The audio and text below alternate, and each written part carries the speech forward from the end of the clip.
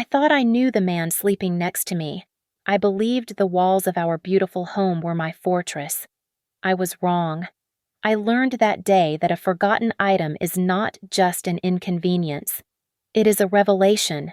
It can show you that the person you trust completely is, in fact, the most venomous snake in your garden. My name is Eliza Vance. I am 38 years old, and I am a senior risk analyst at Argentis Capital Partners. My entire career, my entire life has been built on forecasting disaster. I anticipate the ripple effects of a bad investment, the legal exposure of a lax clause, the precise financial damage of a lie. I am paid to see what others miss. That morning, I was failing. I was sprinting, metaphorically and literally, out of our penthouse in Back Bay. The air was thick with the early October chill, but I was sweating, my silk blouse sticking to my back. I was running late for a crucial flight from Logan to Chicago. At 9 a.m. the next morning, I was scheduled to present the final analysis on a merger and acquisition deal, a hostile takeover worth billions. My analysis was the kill switch. It would either greenlight the deal or bury it. The doorman had the Uber waiting. As the car eased into the relentless Boston traffic, I tried to calm my breathing. The horn blasts and diesel fumes of the Mass Pike were the soundtrack to my rising anxiety. I opened my briefcase to do one last review of the deck, and my hand hit the smooth leather bottom. I checked again. I emptied the contents onto the seat beside me. Portfolio, security badge, phone, wallet, no laptop. My blood turned to ice. It was not just the presentation. It was the laptop itself, the one with the proprietary models, the encrypted data vaults, the entire anatomy of the Argentis deal, sitting on my desk. "Stop!" I gasped. The driver glanced at me in the rearview mirror. "Lady, I can't just stop on the pike. Turn around. Get off at the next exit. Turn around, please. I'll double the fare." My voice was thin, rattling with panic. I pulled out my phone, my fingers shaking as I hit the favorite icon for Marcus. My husband, Marcus Thorne. He was 40, charming, and the anchor to my high-strung world. It rang once, twice, then voicemail.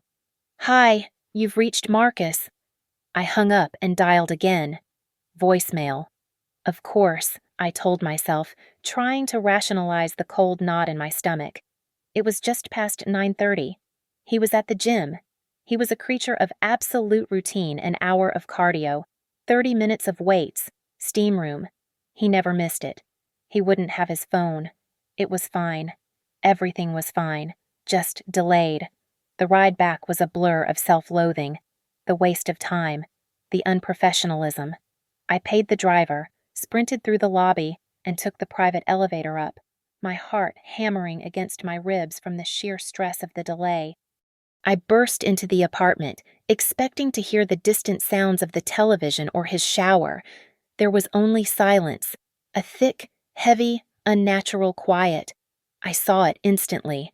My laptop, sitting right on my desk in the living room, its black carbon fiber shell almost mocking me. I let out a shuddering breath of relief and moved toward it. That's when I heard it. A voice, low, calm, and unmistakably Marcus. It wasn't coming from the bedroom. It was coming from the balcony.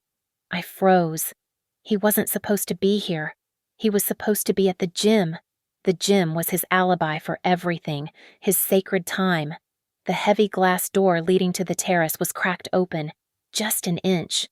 The thick, cream-colored curtains were drawn, hiding the opening, but I could hear him clearly. I didn't stop to think. I didn't call his name. I moved silently, drawn by a gravity I didn't understand. I slipped behind the heavy velvet of the curtain, pressing my body against the cold wall, and peered through the narrow gap. My heart didn't just stop. It felt like it was ripped from my chest.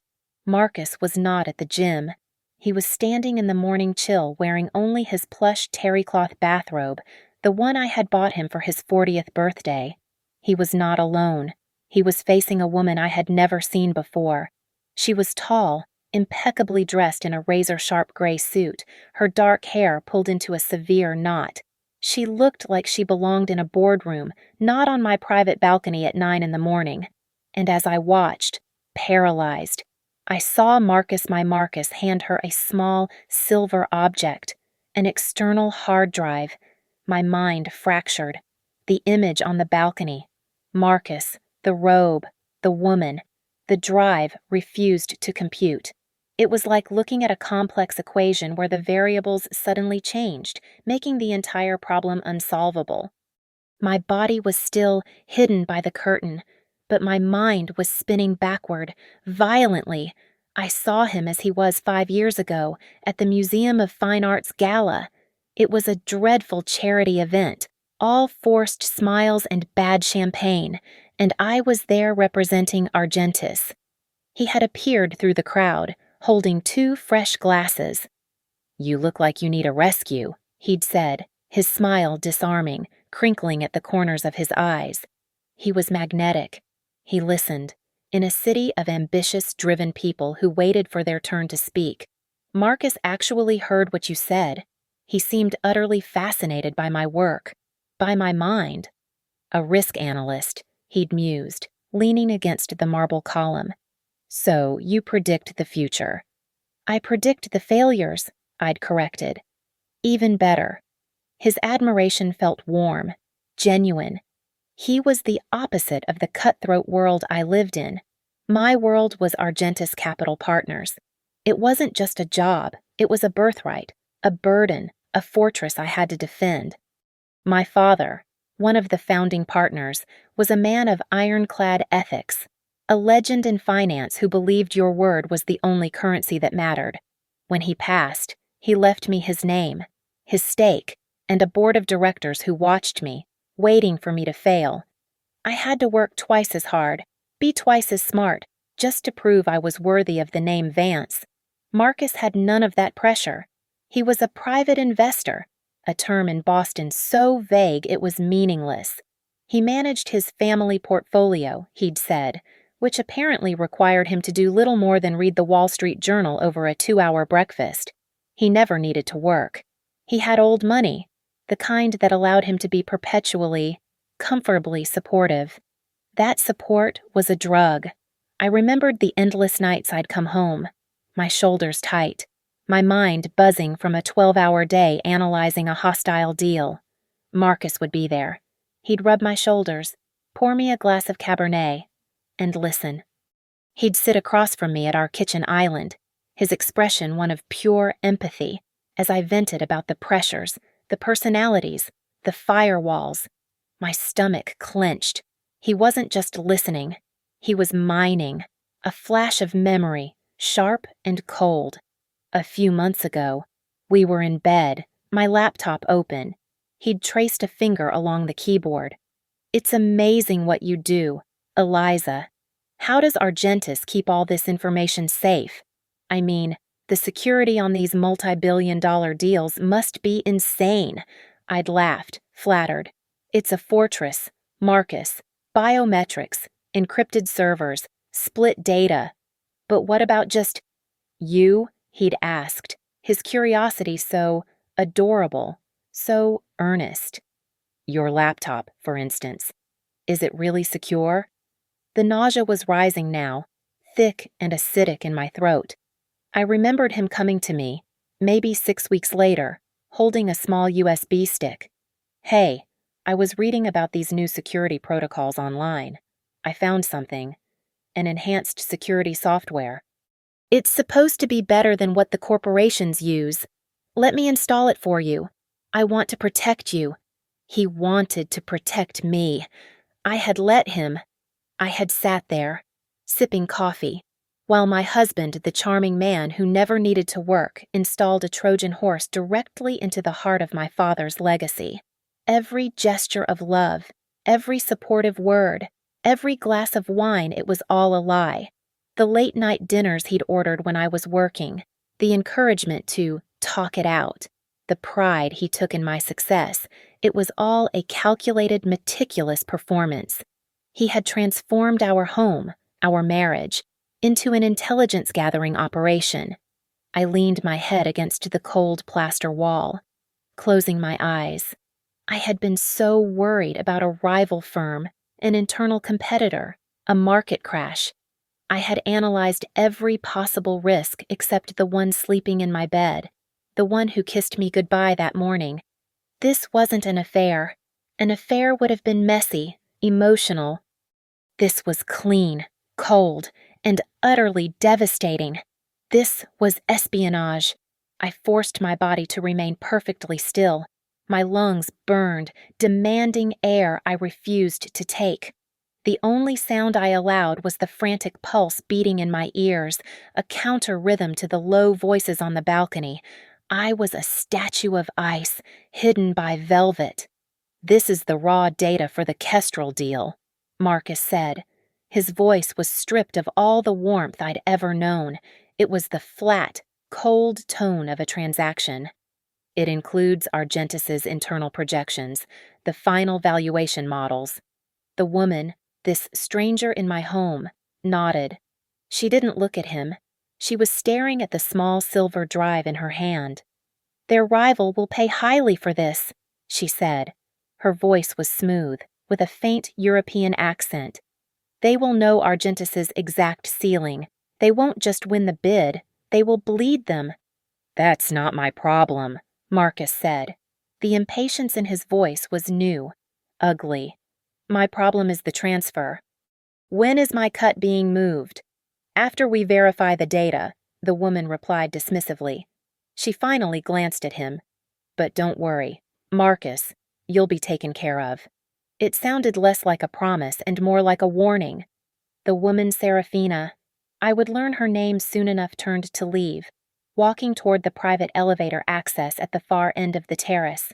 She paused, her hand on the call button. "Just make sure," she added, her voice dropping, "that when this deal implodes, the trail leads directly to her. Your plan to frame Eliza must be perfect. We can't have any loose ends." I bit down on my own tongue, hard. The sharp, metallic taste of blood shocked my senses, but it kept the scream from escaping my throat. My knees gave out. I didn't fall, but I buckled, catching myself against the wall as the world tilted. They weren't just stealing from me. They weren't just betraying the firm. They were framing me. They were building a cage and luring me inside with my own work, my own legacy. I was the scapegoat, the woman who flew too close to the sun, the daughter who couldn't handle her father's empire and turned to corporate treason. It was perfect. It was neat. And it was my husband, the man I loved, who was handing them the nails for my crucifixion. Then, the sound that truly broke me. Marcus laughed. It was not a real laugh. It was a short, sharp, arrogant burst of air. "Don't worry," he said to the woman's retreating back. "Eliza is too trusting. She's far too busy trying to protect her father's precious legacy to ever see what's right in front of her." His words struck me harder than a physical blow. He was using my dedication, my love for my father, as the very tool of my destruction. I heard the soft chime of the elevator. Serafina was gone. I remained frozen, hidden. I heard Marcus step back inside, the thud and hiss as the heavy glass door slid shut, the decisive click of the lock. I held my breath. I could see his silhouette through the curtain. He was standing there for a moment, perhaps savoring his victory. Then, he moved. He walked right past my hiding spot, not 10 feet away. He didn't look toward the living room, didn't look toward my desk, didn't notice the front door that was, perhaps, not latched as securely as he'd left it. He was completely unaware of my presence. He walked down the hall and into our master bedroom. A moment later, I heard the sound of the shower, the rushing water. The sound I usually associated with the start of our day now sounded like a starting pistol. The ice in my veins didn't melt, it sharpened. The shaking stopped. The nausea receded, replaced by a cold, silent rage that was so pure it was almost peaceful. My mind, the one paid to analyze risk, rebooted. The emotional, betrayed wife was gone. The analyst was in control. I pushed myself off the wall. My movements were fluid, precise. I stepped out from behind the curtain. My eyes landed on the laptop, the object that had triggered this entire revelation. I glided across the floor, my heels silent on the thick rug. I picked up the laptop. My hand was perfectly steady. I slid it into my abandoned tote bag. I walked to the front door, not running, not rushing. I didn't bother with the shoes I had kicked off. I pulled the heavy door open just enough to slip through, my hand on the mechanism so the latch made no sound. I pulled it shut from the outside, easing it into the frame until it was closed. I stood in the silent, marble-floored hallway, barefoot, holding my laptop. The sound of the shower was a faint murmur from inside. He was washing away his sins. I turned toward the elevator and pressed the button. He had no idea. He thought I was on a plane to Chicago. He thought I was the trusting, blinded fool. He was right. I had been. But he had just taught me a very expensive lesson, and as the elevator doors opened, I made a silent vow. I would be the last mistake he ever made. I walked for 6 blocks. I didn't feel the chill. I didn't feel the pavement beneath my thin socks. I had slipped my shoes back on at the door, but I couldn't feel them. My mind was a clean, cold, white room. All the emotion, the nausea, the betrayal had been vacuumed out. All that remained was the problem. I found a 24-hour diner, the kind with flickering fluorescent lights and cracked vinyl booths. I slid into the back, facing the door. A waitress poured me a coffee I never touched. I was exposed. My flight to Chicago was my cover. If Marcus discovered I had never left, if he saw me on a security camera, if he simply called me and I was not at the hotel, the game was over before it began. He held every card. I had to create a new hand. I pulled out my personal phone. It felt contaminated.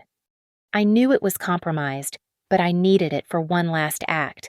I called Ben Carter. Ben is my assistant, but that title is an injustice. He's a data prodigy who sees patterns in numbers that others miss. 2 years ago, a senior partner tried to bury Ben, making him the scapegoat for a bad trade that had cost the firm 8 figures. It was sloppy, and it was cruel. I stepped in. I spent a weekend locked in the archives and proved, indisputably, that the partner had ignored Ben's analysis and overridden the flags. I saved Ben's career. He has been loyal to me ever since. He answered on the first ring, his voice slightly frantic. "Eliza, are you at the airport? Your flight tracker says delayed." "Ben," I said. My voice was flat, devoid of all inflection. "I need you to do exactly what I say. You cannot ask a single question. You cannot tell a single person. This is not an Argentus matter, but it requires your help. Can you do that?" There was a beat of silence. Not hesitation, but understanding. He knew this was not a normal call. "Yes, of course. What do you need?" "I'm stuck at Logan," I said, making air quotes to myself. "There's a maintenance issue with the plane. My flight is going to be canceled. I am not going to Chicago tonight. The meeting," he breathed, "the Kestrel deal. The meeting is not your concern. The alibi is. I need everyone, especially everyone in Chicago, to believe I am there. I need you to log into my email right now. Your email." "Yes, the password is Vance Legacy, capital V, L28. I heard the rapid tapping of keys. "I'm in." "Good. Draft an email to the Chicago partners. Keep it short. You'll say you just got off the phone with me. Tell them I landed. The flight was exhausting, and I've checked into the hotel. Tell them I'm turning my phone off for the night, but I will see them at 9 a.m. sharp for the presentation." "Eliza, how will you get there?" "You are not asking questions." "Ben," I said, and the coldness in my own voice surprised me. "Send that email. Then, I need you to call the airline. Cancel my actual reservation. But I need you to make it look like I was on the flight, or that I checked in and the airline lost me in the rebooking. The digital trail must show I was at Logan, and I am now in Chicago. Whatever it costs, use my personal card. Do you understand? Yes, I'll handle it. I'll make the trail. Thank you. Ben, delete this call log. I will be in touch. I didn't wait for a reply. I hung up, turned the phone off, and ejected the SIM card. I dropped it into the lukewarm coffee and watched it sink. My alibi was set. Now, I needed weapons. I reached into my briefcase. Under the false bottom my father had insisted on years ago. A woman in your world, he'd said, always needs a secret floor. I pulled out the burner phone. It was a brick, old and untraceable. I powered it on. The contact list had one name, one entry, Chloe Park. On the Argenti's payroll, Chloe is listed as a compliance auditor. It's a boring, beige title for a woman who is anything but. Chloe is a former FBI digital forensics expert, the best in the country at finding data that doesn't want to be found. I'd hired her under an exclusive retainer after she'd helped us quietly handle an attempted hack from a rival state. She's not an employee. She's a ghost who haunts our servers for vulnerabilities. She reports only to me. I dialed. She picked up on the second ring. No hello. Just a sharp, yeah. Chloe, it's Eliza. I'm on the burner. There was a pause. The line clicked as she, no doubt, routed the call through 3 different servers. This isn't an audit, is it? No, this is a fire. I looked down at my laptop, sitting on the table. The gift from my husband. The key he'd used to unlock my life and sell it for parts. I have a case, I said, and it's personal. How personal? My house, my husband, my laptop. Oh, Chloe said. The single word was filled with a world of professional, cold understanding. That's a 5-alarm fire. Where are you? I'm mobile. Send me the address to the Seaport safe site. I'm bringing you the source. I'm 10 minutes out. Don't plug that laptop into anything. Don't even open it. I know, I said, snapping the burner phone shut. I left a $20 bill on the table and walked out into the Boston morning, a ghost in my own city. The analyst was back in control. I was no longer a wife. I was a variable he had failed to calculate. The Seaport office wasn't an office. It was a reinforced concrete box hidden in plain sight, filled with humming servers that smelled like cold, clean air. It was the only place in the city I felt safe. Chloe was already there. A pair of data goggles pushed up on her forehead, her face illuminated by the glow of 5 different monitors. She didn't greet me. She just pointed to a sterile steel table. On the mat, all of them, she ordered. I placed my laptop, the burner phone, and my dead personal phone on the anti-static mat. He installed something on the laptop, I said. Months ago. He called it a security upgrade. Chloe let out a sound that was half laugh, half snarl. A security upgrade. The oldest trick in the book.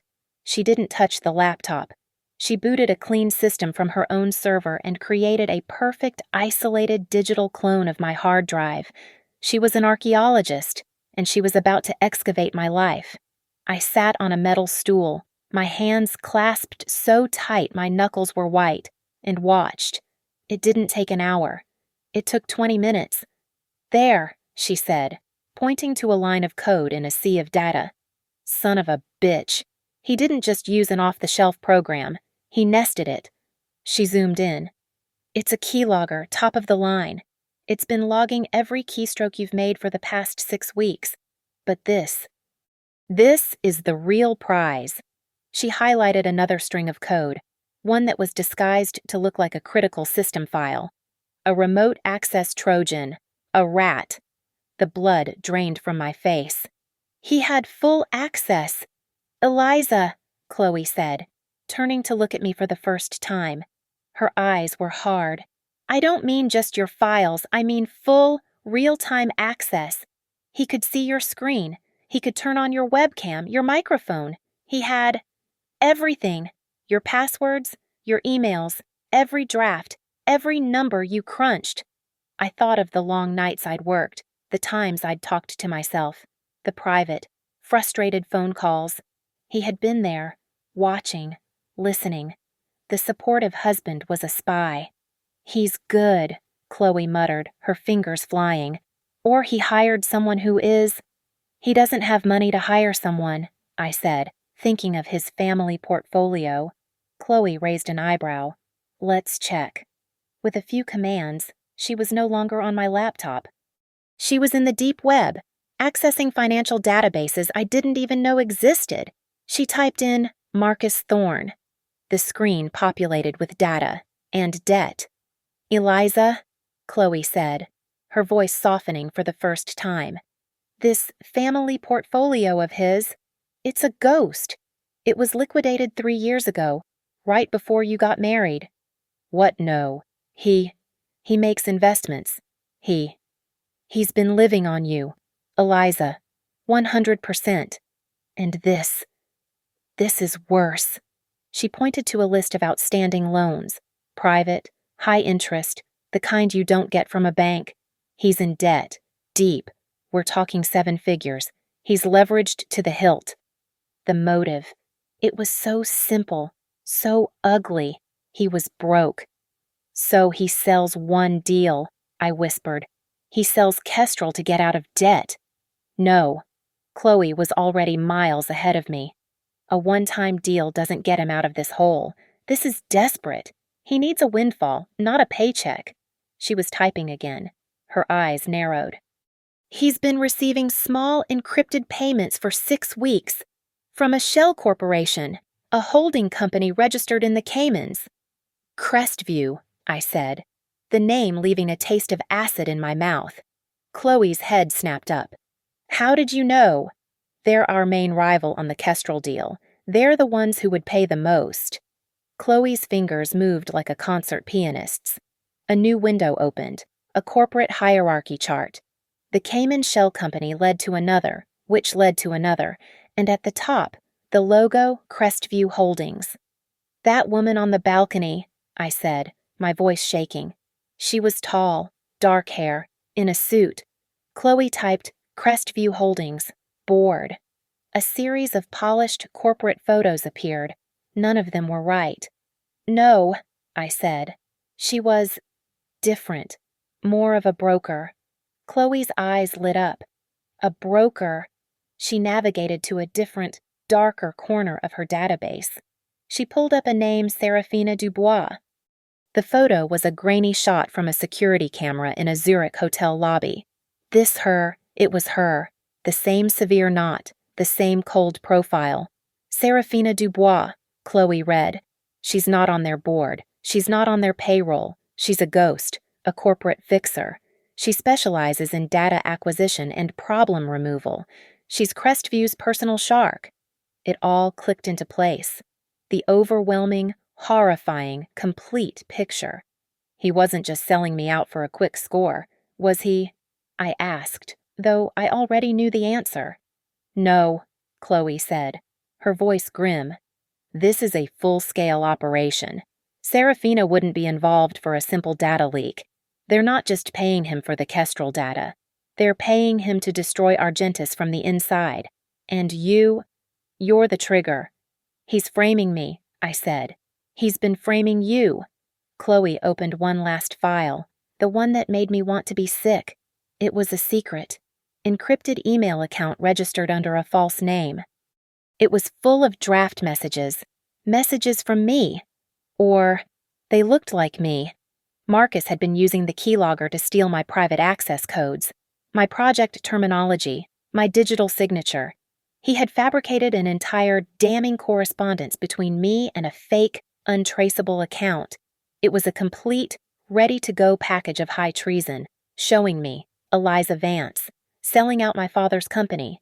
He was just waiting for the Kestrel deal to close, and then he would leak it. He would walk away with millions, a grieving widower whose wife had betrayed him, and I would be the one left to rot in a federal prison. He was going to burn it all, I said, staring at my own name on the screen. My job, my life, my father's name, all for money. It's the perfect plan, Chloe said quietly. If you hadn't forgotten your laptop, I stood up. The cold, analytical calm had returned, but it was different now. It was harder. It was permanent. No, I said, looking at the screen. At the ghost of my own conviction. It's not the perfect plan. He made one mistake. He's been analyzing my data, but he forgot to analyze me. Chloe had arranged the hotel. It was not one I had ever used, an anonymous, brushed steel and glass building in the financial district, paid for in cash, registered under a name I did not recognize. It was a sterile, silent box, a place to bleed out the past and plan a war. I sat on the edge of the stiff, king-sized bed, a clean, untraceable burner phone in my hand. It felt heavy. I had to do more than just lie. I had to perform. I had to become the wife he thought I was, stressed, trusting, and slightly overwhelmed. I took a deep, shuddering breath, not for me, but for the character I was about to play. I dialed his number. He picked up on the third ring, just as he always did when I was traveling.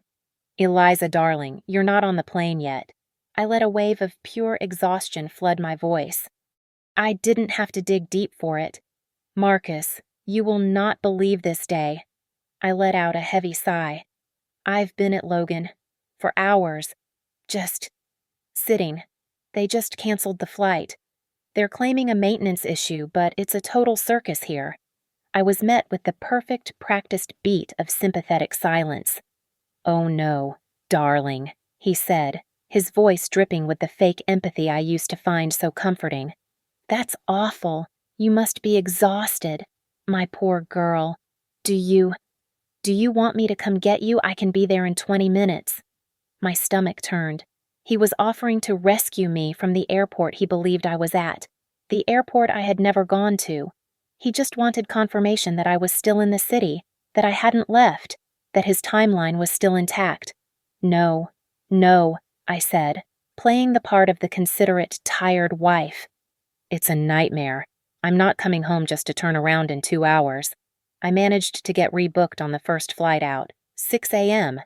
I'm going to get a room at the airport hotel. I'm kippered. Marcus, I just want to sleep." "You're sure I can come?" "I'm sure," I said, forcing a note of affection.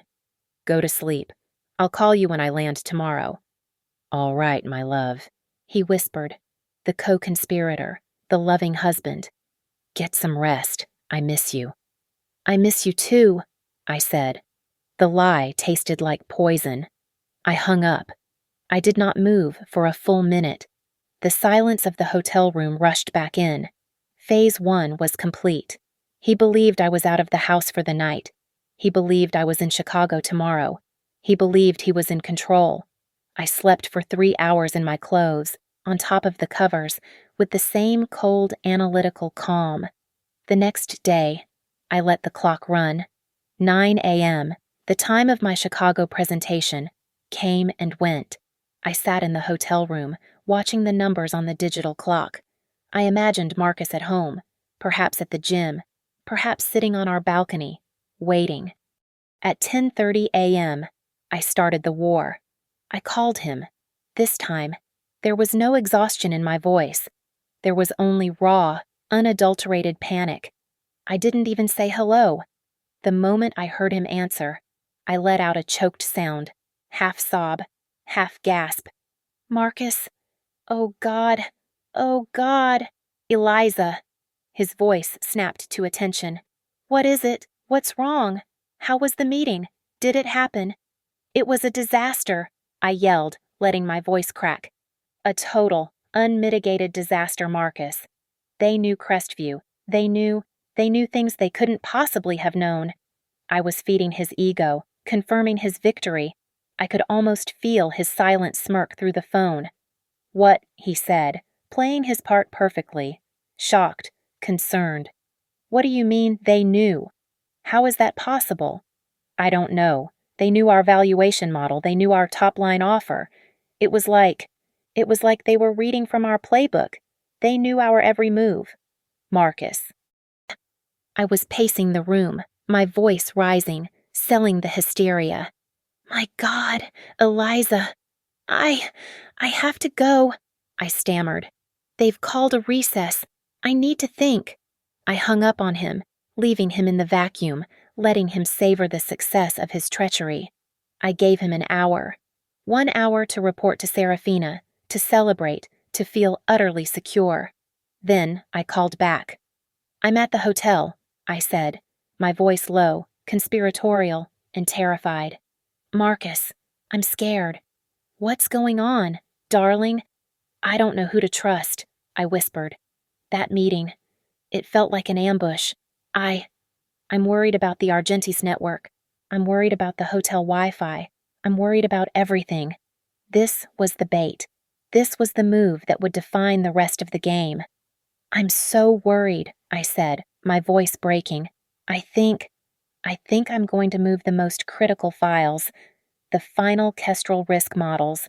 I'm going to move them onto my personal hard drive tonight, just for my own analysis. To work at the hotel, the company system. It just doesn't feel safe." There was a pause. It was so small, just a fractional delay. But I heard it. It was the sound of a predator freezing, sensing blood in the water. He knew, of course, that I was being watched. He was the one watching. He would hear me say this, and then his rat, his keylogger, would be waiting for the digital proof. He would think I was an emotional amateur, hanging myself, creating an insecure offline copy of the firm's most valuable data, a copy that was now, suddenly, portable, a copy he could now steal to complete the frame-up. "Eliza, are you sure that's a good idea?"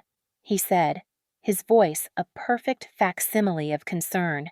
"Is that secure?" "I don't care," I snapped, the perfect, desperate, cornered executive. "I need to work, and I need to know it's offline. I have to go. I'll see you tomorrow." I hung up. The act was over. The panic evaporated. I looked at the clean laptop Chloe had provided, the one that had never been touched by Marcus. He would be waiting for me to create a file. I smiled. He would not be disappointed. I was back in the concrete box at the seaport, which was starting to feel more like a home than my penthouse. The fake Chicago alibi was a temporary shield, a piece of digital tissue paper that would be incinerated the moment the real meeting started, and I wasn't there. We were in a race against the clock. While I had been playing the part of the panicked, hysterical wife, Chloe had been hunting. She was no longer focused on Marcus. He was a symptom, a simple, greedy traitor. She was hunting the disease. She was hunting Serafina Dubois. "She's a clean room," Chloe said, her eyes fixed on a screen that was running a constant, scrolling diagnostic. "This woman is technically a ghost. She uses layered cutouts, shell companies within shell companies, and encrypted communication tech that makes your husband's keylogger look like a child's toy. She doesn't leave a trail. So we can't touch her," I said, the frustration making my voice tight. "I didn't say that," Chloe said, not looking up. "I said she's clean. To get her, we need more than a grainy photo and a suspicion. We need undeniable digital proof that she is actively targeting Argentis. We need to catch her with her hand on our server." I paced the small, cold room. I kept replaying the scene on the balcony, Marcus, the bathrobe, the drive, and a thought, a small, sharp splinter of doubt, lodged itself in my mind. "Chloe," I said, stopping. "The timeline. It's wrong." "What do you mean? The rat, the keylogger. It gave him access to my drafts, my passwords, my thought processes. But he told Serafina he was giving her the raw data for the Kestrel deal. He said, the final valuation models." I turned to face her. "Chloe, those models aren't on my laptop. They never are. They're too large, too sensitive. They live in the Kestrel vault on the Argentis server, a secure digital bunker. I access it through a portal. I work on the data, but the files themselves never download to my local machine. It's a foundational security principle. My laptop would only have drafts, projections, not the final, raw data." "He's been watching your screen," Chloe countered, playing devil's advocate. "He saw your credentials. He could have logged in as you and—" "No," I said, shaking my head, the pieces clicking together. "The timing is wrong. I finalized those models late last night, after midnight. I logged off, and I thought he was asleep next to me. Even if he waited until I left this morning, he wouldn't have had time. A full data pull of that size would take time. It would need to be encrypted, and it would almost certainly trigger a security flag. He met Serafina at, what, 9:15.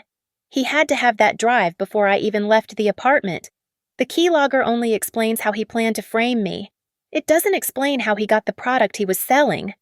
I looked at Chloe, and the blood drained from my face as the cold, awful realization settled. He has an insider. He has someone at Argentus. Chloe's fingers stopped moving. She turned to me, her expression hard. A mole. Someone with server-level access. Someone who could pull the entire Kestrel vault clean, off hours, without setting off a single alarm. Okay, Chloe said, her voice all business. She turned to a new, clean monitor and her hands became a blur. Let's find your mole. She pulled up the Argentus mainframe access logs. When was the balcony meeting? Around 9:15 this morning. So the data had to be pulled before that. Let's scan all access to the Kestrel vault in the last 24 hours. A list of usernames and encrypted timestamps flooded the screen. My name was at the top, from my work last night, the head of M&A, 2 other senior partners, all normal, high-level access. It's all standard, Chloe muttered. All high level, all expected, nothing. Wait, I said, leaning in, my eyes catching a name I barely recognized. There. Go back. Chloe scrolled up. There was one entry, separate from the others, an anomaly. The name was Ryan Shaw. Timestamp, Chloe said, her voice dropping. 3:05 a.m. And look at the packet size. It's a full data packet download. He didn't just look, he took it. He copied the entire Kestrel vault. Ryan Shaw, I repeated, trying to place the name. He's a junior analyst. He's level 1 clearance. He shouldn't even be on the Kestrel project. Why the hell does he have access? He doesn't, Chloe said, her fingers already flying again, pulling up a different file. He used a master override code, an old admin diagnostic key. Huh, one that should have been retired a decade ago? How did he get an admin key? He didn't, Chloe said, cross-referencing her other screen. He got it from you. Or rather, from your husband. He must have seen you use it, logged the keystrokes, and passed it to his inside man. So Marcus is paying him, I said. It was the only thing that made sense. This kid, Ryan Shaw. He risked a 20-year federal prison sentence for money. Let's see, Chloe said. She pulled up Ryan Shaw's financials. It was the opposite of Marcus. No debt, no lavish spending. A small apartment in Somerville, a 10-year-old Honda. He had almost no savings. This makes no sense, I said. He has no financial motive. Why would he do it? Chloe was quiet, digging. Deeper than financials this time. She was in public records, old news archives, and then into Argentus's own HR archives.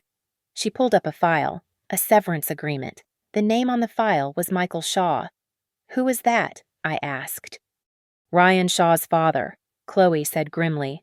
He was a VP of logistics, worked at Argentus for 20 years. He was laid off during the 2008 restructuring, the one that was handled badly. He lost his pension, lost his house, lost everything. I wasn't even at the firm then, I said, my voice hollow. That was before my time. That was your father's time. Chloe finished. She pointed to the bottom of the severance paperwork. The signature authorizing the layoff. It was my father's. I sat down, hard, on the metal stool. Marcus. That brilliant, silver-tongued sociopath. He hadn't just found a greedy kid to bribe. He had found a broken one. He had dug into the past, found an old, festering wound, and he had poured salt in it. He had found a young man who blamed Argentus, who blamed the Vance family for the destruction of his own.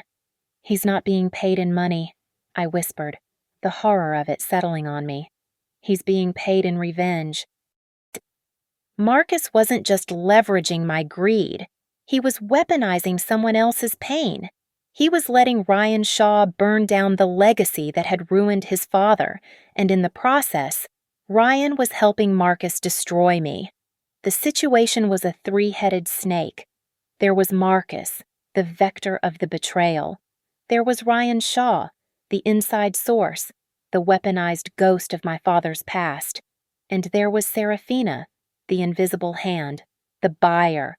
I could not just cut off one head. The other two would simply burrow deeper into the shadows. I had to take all three, and I had to do it at the same time. A trap required three things: a stage, a lure, and a clock. I created the stage first. I called Ben Carter from the burner. "Ben," I said, my voice crisp, "I need you to schedule an emergency meeting. Argentis boardroom, this Friday night, 7 p.m. "A night meeting?" he asked, the confusion clear in his voice. "Eliza, what's the crisis?" "The crisis is Kestrel." "That's the only name you'll use in the email. Send it to the entire executive team. The Kestrel deal is hemorrhaging, and I am flying back to conduct crisis-level remediation." "Understood." "Yes, Ms. Vance. The stage is set. Now, for the lure." This one was for Marcus. I called his personal line, using the burner but spoofing my Chicago number. He picked up instantly. "Eliza, what is it?" I didn't give him the panicked wife. I gave him the exhausted, defeated CEO. "I'm on my way back," I said, my voice flat. "I'm flying home early. I have to." "What happened? Is it the leak?" "It's all falling apart, Marcus," I said, letting my voice crack just once. "The partners. They know something is wrong. They've called an emergency meeting. Friday night. I have to be there. The whole deal is about to implode." I paused, letting him absorb the crisis, and then I set the bait. I'm bringing the files," I whispered, as if I was afraid someone on the plane could hear me. "Wow, what files, darling?" he asked, his voice sharp with focus. "The drive," I said. "The one I told you about. I did it. I copied all the final Kestrel files. The real ones. I'm bringing it to the meeting. I don't trust the servers anymore. Marcus. I don't trust the network. I'm walking in with the data in my bag. It's the only way." The silence on his end was deafening. I had just told him that his entire plan was incomplete. The data he had stolen via Ryan was just the raw data. The files I had on my drive, the final analyses, the remediation plans, that was what Serafina and Crestview would really pay for, and I was creating an insecure physical copy. He believed, I knew, that this was his last chance. His last chance to get the complete damning package and finalize the frame-up. He would see me, the panicked wife, making a stupid emotional mistake. "Eliza, that sounds risky," he said, his voice a perfect smooth veneer of concern. "I don't have a choice," I snapped. "I'll see you Friday." I hung up. Back at the Seaport safe house, Chloe was preparing the lure itself. It was an external hard drive, silver, identical in every way to the one I carried in my briefcase. It was a beautiful, elegant trap. "The files are there," Chloe explained, her face illuminated by the glow of her screen. "Dozens of them. Kestrel final projections. Kestrel risk analysis. They all look legitimate. They're even encrypted." "So they'll look real," I said. "They'll look real," she confirmed. "But the executable file they'll have to click to decrypt them is the canary trap. The second that file is run, the very second it pings, it sends us the IP address, the physical geolocation of the machine, and the unique hardware ID of the computer that accessed it. It's a digital fingerprint. We'll have Serafina, Crestview, and the exact server they used to open it." "She'll be too careful," I said. "She's an executive, Eliza. She's a broker, but she's also arrogant. She'll want to see the prize. She'll click." One head was baited. The second was armed. Now. For the third. I used my official Argentus line, patched through by Ben, to call Ryan Shaw's desk. He answered, his voice sharp. Ryan Shaw. Ryan, it's Eliza Vance. I shifted my tone. I wasn't the panicked wife or the cold analyst. I was the boss, the leader, the one my father used to be. Ms. Vance, he stammered. I thought you were in Chicago. I'm on my way back. We have a fire, Ryan, and I'm calling in my best people. I let that sink in. I know you've been working hard on the Kestrel project. I've seen your name on the logs. This is an all-hands-on-deck situation. Oh, of course, he said. Good. I need you at the emergency meeting. Friday night, 7 p.m. I know it's late notice, but your analysis has been crucial. I really need your support in that room. I was offering him exactly what he wanted. Revenge. I was inviting him to watch the show. To sit in the front row and watch the daughter of the man who ruined his father be publicly humiliated. To watch her legacy crumble. He would not be able to resist. I'll be there, Ms. Vance, he said, his voice full of a new, sick confidence. You can count on me. I know I can, I said, and hung up. The board was set. The pieces were moving. Greed, revenge, power. Each of them was being drawn to the same room, at the same time, by their own specific sin.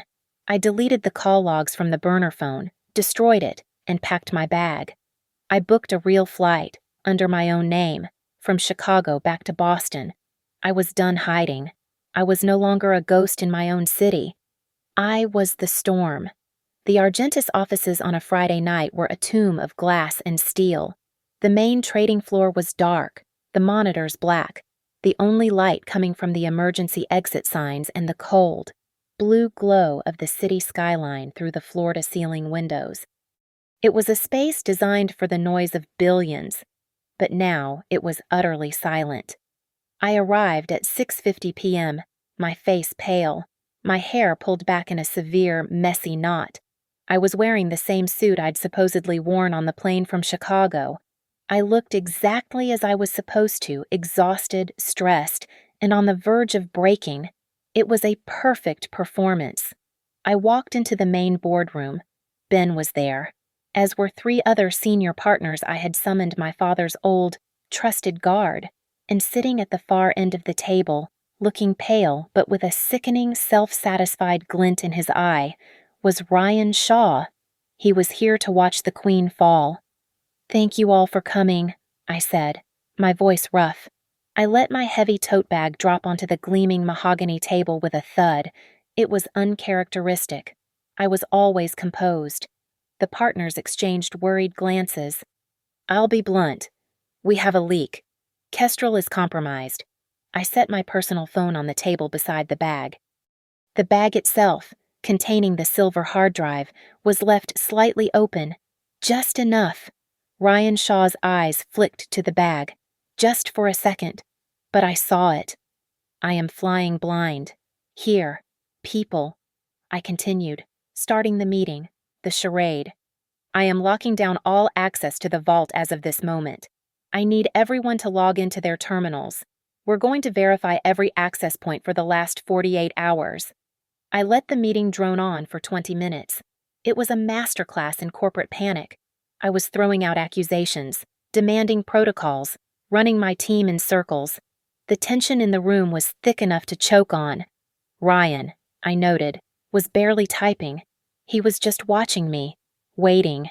Then, my personal phone, the one next to the bag, vibrated. It was a silent, timed text from Chloe. The signal. I looked at the phone, my acting all in. My face went white. I have to take this. It's the SEC. The partners froze. The SEC. The words were a death knell. I need to take this in my office, I said, standing up, my hands shaking. I started to grab my bag and phone. Then I stopped, as if struck by a new, more urgent thought. No, I'll be right back. I looked around the table, my wild, panicked eyes landing on the youngest. most trustworthy person in the room. "Ryan," I said, my voice sharp. "I'm leaving my bag, my phone. Don't let anyone touch them. Do you understand? Watch my things." His face was a mask of perfect, earnest concern. "Of course, Ms. Vance. Absolutely." I walked out of the boardroom, my heels clicking an urgent, terrified rhythm on the marble floor. I walked down the hall, turned the corner, and then I stopped, pressing my back into the cold wall, my eyes fixed on the security feed on the burner phone Chloe had given me. Ben had done his job. The camera feed for the boardroom was crystal clear. "He's alone," I whispered. "I see him." Chloe's voice came through the tiny earpiece. She was in a communications van 2 blocks away, parked over a fiber optic line. "Come on, kid, take the cheese." I watched the tiny figure on my screen. The partners were all distracted, huddling, speaking in low, panicked tones about the SEC. Ryan was invisible to them. He waited. 10 seconds, 20. Then, smooth as a shadow, he moved. His hand went to my tote bag. He pulled out the silver drive. His other hand went into his own jacket pocket and pulled out an identical drive. The swap was perfect. It took less than 3 seconds. He slipped the blank drive back into my bag and palmed my drive the canary trap. He stood up. I need some air," he stammered to the partners. They barely looked up, already deep in their own crisis. "He's moving," I whispered. I watched him leave the boardroom, a spring in his step. "I've got him on the lobby cam," Chloe said. "He's heading for the main entrance. He's not even using the service exit. He's arrogant." I watched on my phone as Ryan Shaw, the junior analyst, walked calmly across the vast, empty lobby of Argentus Capital, holding the drive that he thought would destroy my life. He stepped outside onto the plaza. A black town car, not an Uber, was waiting. A man in a suit, not a driver, but a courier stepped out. Ryan handed him the drive. The courier got back in the car. "He's handing it off," I said. "The package is mobile," Chloe confirmed. "The car is heading downtown, straight for the Crestview building, Serafina's office. He's taking it right to her." I let out a breath I felt like I had been holding for 2 days. One head of the snake was on its way to the chopping block. Now, for the others. As if on cue, my personal phone, the one Chloe had given me to replace my compromised one, buzzed. It was Marcus. I answered, my voice still trembling from my SEC call. "Eliza, what's going on?" "Marcus, I'm at the office. It's a nightmare." "I know, darling," he said, and his voice was so full of fake concern it made me want to be sick. "Listen, I was just at home, and I was tidying up, and you forgot some important bank statements on your desk, the ones you asked me to find. I'm on my way. I'm bringing them to you." My blood ran cold. The bank statements. He was lying. He was coming to the office. Why? To get the data himself, in case Ryan failed to plant more evidence to do a final sweep of my machine. It didn't matter. The predator, smelling blood, was coming to the kill. "I'm in the lobby, darling," he said, the lie so smooth. "Where are you?" I'm just leaving the boardroom," I said. "Good. Stay right there. I'm coming up." He was coming. The snake was entering the trap. I turned from the corner and started walking back toward the boardroom, my heels slow, steady, and deliberate. The sound echoed in the empty hall. It was no longer a sound of panic. It was a war drum. I was standing in the dark of the boardroom. The only light came from the city itself, a cold, indifferent audience of 1,000,000 electric eyes. My earpiece was silent for what felt like an eternity. 6 minutes. Then, Chloe's voice, sharp and lethal, cut through the quiet. "Ping, we got her. Eliza, we got the bitch." A single, shuddering breath escaped me. "Confirm," I whispered, my voice sticking to my throat. "Confirmed. The drive is live. It was plugged in 2 minutes ago. Location Crestview Holdings, 42nd floor, executive server bay. They ran the file. They thought it was a decryption key. Chloe's voice was filled with professional satisfaction. We have the IP. We have the server's unique hardware ID. They just opened Kestrel Final Do Not Leak. The canary is singing, loud and clear. The feds are moving on her now. The moment the words "moving on her now" left Chloe's mouth, I heard it. The soft ding of the executive elevator at the far end of the floor. The doors hissed open. He was here. The second and most vital piece of the trap. Marcus stepped out. He was holding a cheap manila envelope, his forgotten bank statements. His prop. He walked onto the floor, his stride confident, his shoulders back. He was the hero of his own story, the loving husband, coming to the office on a Friday night to help his stressed, forgetful wife. He scanned the dark, empty trading floor, looking for me. He saw me. I was standing in the center of the boardroom, a silhouette against the wall of glass, unmoving. "Eliza," he started, and I could hear the fake smile in his voice before I even saw it. He stepped into the boardroom, the picture of concern. "Darling, what are you doing in the dark? I brought those papers you forgot." "You forgot, Marcus." My voice cut through the silence. It was not the voice of his wife. It was not the voice of the woman he had lived with, the woman he had fooled, the woman he had slept next to. It was a voice he had never heard. It was cold, flat, and final. He stopped, 10 feet away. The smile on his face didn't fade. It froze. It was a grotesque mask of charm. He recognized, in that instant, that the woman he was looking at was not the one he thought he knew. The game was over. "You forgot who I am," I said. I took a single step out of the shadows, into the sliver of blue light from the city. "You saw a woman so busy protecting her father's legacy that she couldn't see what was right in front of her. You were half right. I was busy, but you forgot what I actually do. I am a risk analyst. Marcus. My entire life is spent finding the single fatal flaw in a system." I took another step. "And you are the flaw."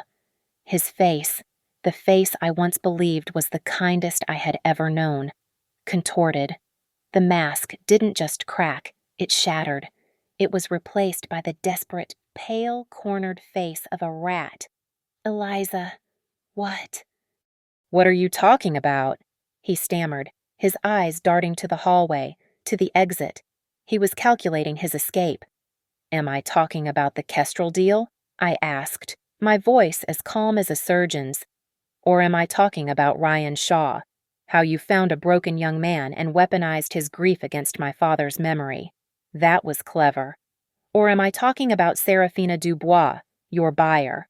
Or should we just talk about this penthouse? Marcus. The one you couldn't afford.